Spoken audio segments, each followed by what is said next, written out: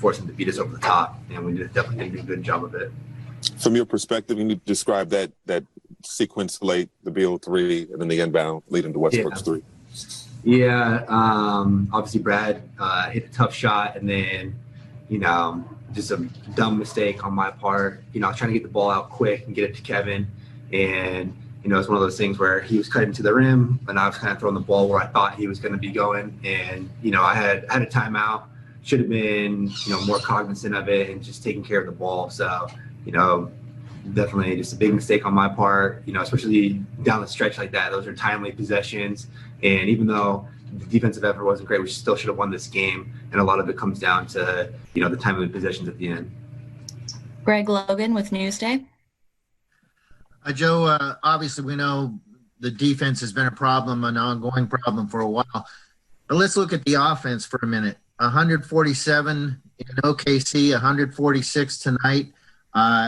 Both nights without one of your main stars. I mean, what does that say about how good the offense is? And is there, because it's that good, kind of a reliance on it, to a feeling like you don't have to push as hard on defense? I think we knew coming into the season, even before we added James, that we had a lot of offensive weapons, and then you had James, who's easily been one of the best offensive players in the game. The last 5, 6, 7, 8 years. To go kind of plug in with the guys that we already have, and we can score with the best of them. We could easily be sitting here at the end of the year and say we have one of the better offensive teams to play this game. But that being said, the defense has to follow suit too. You can't just always rely on the offense. I guess nights like tonight, are kind of indicative of that. Alex Schiffer with The Athletic. Hey, Joe, you guys had that 18-point lead in the first quarter, and obviously by the end of it, they'd essentially chipped away at it completely. Just what started to go wrong for you guys that let them do that? I think it was, it's a game of runs, first of all. You see tons of runs over the course of the NBA season, and, tonight was no different, but we just didn't capitalize, I guess in terms of stalling what they had going. They got the momentum going there in the second quarter, and it's sort of seemed to continue on from that point. And we were never really able to get back to where we were at energy and momentum wise in that first quarter. Malika Andrews with ESPN.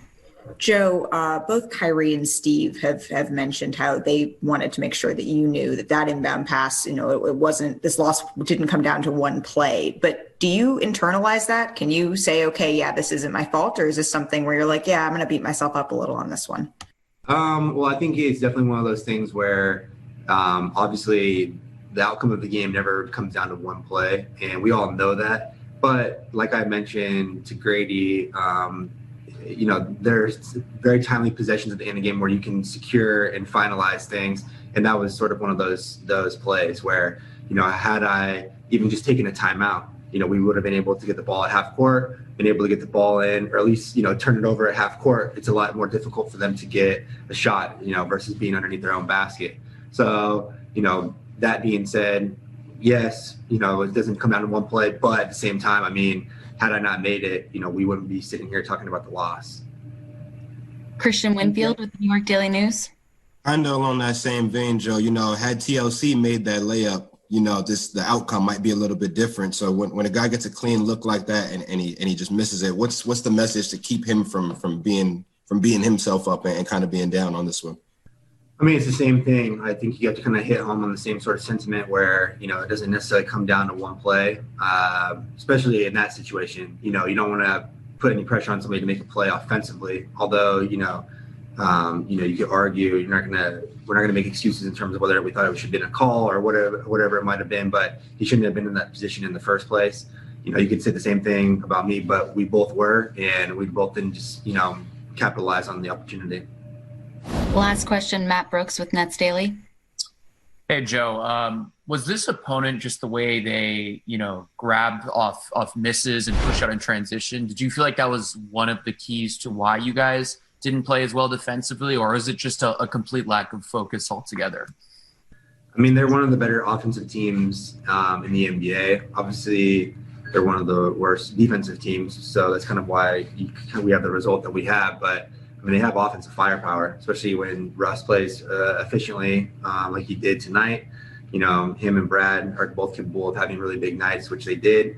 And everybody else, you know, kind of plugs in as well. They have a lot of good offensive players. And, just not enough stops on our part. Obviously, a lot of times when you score, you know, what we score tonight, you're probably sitting pretty good and thinking you're going to win the game. But too many defensive miscues, a lot of, you know, separate sort of runs where momentum got on their side. And then you got 8 assists. Let's hear from him post-game with the media and Michael Grady. Hey, Kyrie, you know, when you have a game with great scores on both sides, you expect a high-scoring affair. That said, though, you know, when you look at the defense, what would you attribute, you know, some of those issues to that you'd like to correct? I mean, it seems like every game we play, we're battling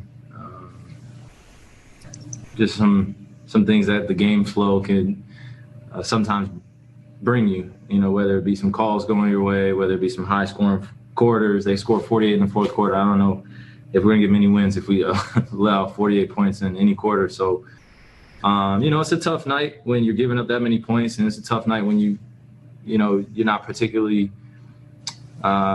you know, doing the little things that could create some separation. You know, down the stretch, we had that game that should have been ours. So, you know, we just look at ourselves in the mirror and just see where we can correct as individuals and as a group, you know, just especially on the effort. You know, I couldn't guard a stick today. You know, those guys were just going right around me. And, you know, I was getting frustrated a little bit, but they kept attacking. And that's what good teams do and good scorers do. So. If you could take us in the locker room, what's the communication like amongst teammates when, again, there are struggles defensively, some miscues down the stretch? There's a lot of veterans in that locker room. What's the communication like as you refocus? Well, number one is just reminding Joe Harris and TLC that stuff happens, and it's not their fault. You know, that was just a microcosm of what the game was like tonight. You know, we had the lead. We were pretty comfortable. And then down the stretch, we just still got to be hungry until it's zeros on the clock. And as you saw, Washington was very desperate.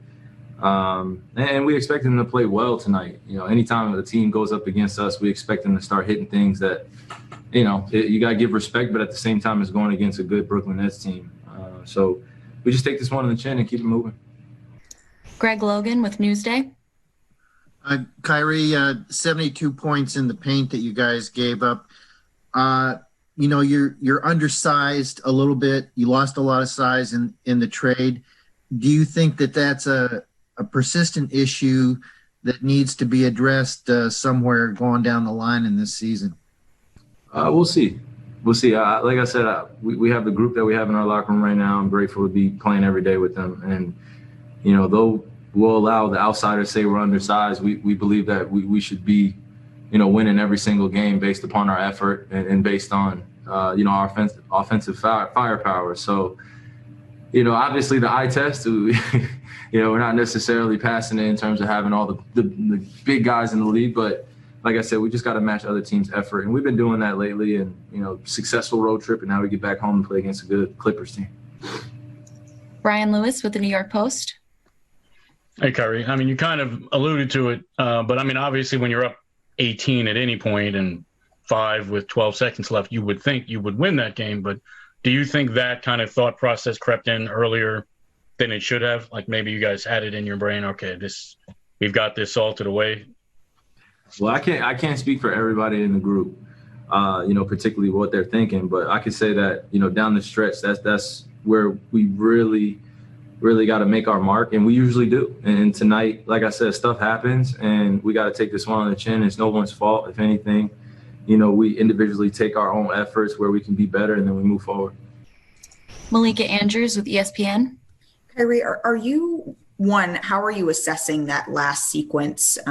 Bradley Beal hitting the 3, the inbound pass steal, and then that 3 from Russell Westbrook. And then secondly, are you looking at that as the culprit of this loss, or was it more of a we shouldn't have been in that position, and you're kind of looking at the breakdowns before that? Yeah, like I said, it was a microcosm of the night, and I would never put blame on anybody. You know, not one person can take, you know, one play that could dictate the game. You know, we were up by 5, and we lost the game, and that's okay. You know, like I said, stuff happens, but we cannot continue to make a habit out of late game situations and not being, aware of the execution we need down the stretch. So it's a tough one. It's a tough one to bite on the chin because we definitely, like you said, we definitely had the lead down the stretch, and we want to finish that strong, but it's okay. Thank you. Christian Winfield with the New York Daily News. Hey, Kyrie, can you break down that last inbound play from your perspective when you have KD, you got TLC, and can you just describe or go through what your decision-making process was on that? Well, they doubled on KD from the baseline side and the top side, and I was just trying to use my eyes and kind of my ball fake to get the defense to bite. And as soon as I saw them bite a little bit going to KD,